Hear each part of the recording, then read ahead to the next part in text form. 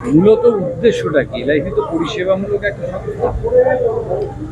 মূলত উদ্দেশ্য হচ্ছে যে আমরা লিকাউই সোদপুর শাখা, আমাদের যে সংগঠন লিকাউই এজেন্টদের অর্গানাইজেশন, মূলত এজেন্টদের সুবিধার জন্য আমরা কাজ করে থাকি, তাদের পরিবার এজেন্টদের যে কোনো রকম কাজকর্মের সুবিধার জন্য।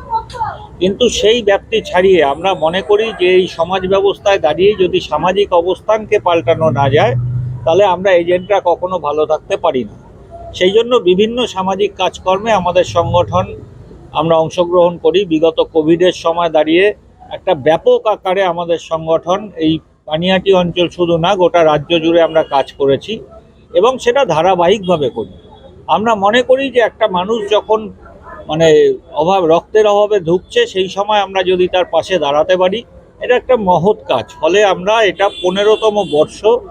এই রক্তদান এখন আর শুধু এজেন্টদের মধ্যে সীমাবদ্ধ নেই, পাশের ব্যবসাদার বন্ধু থেকে পার্শ্ববর্তী প্রতিবেশী অটোচালক বন্ধু, আমাদের এলআইসি শাখা ছাড়িয়েও আরও অনেক বড় অংশে এই রক্তদান উৎসবে পরিণত হয়েছে। এটা একটা উন্মাদনায় পরিণত হয়েছে।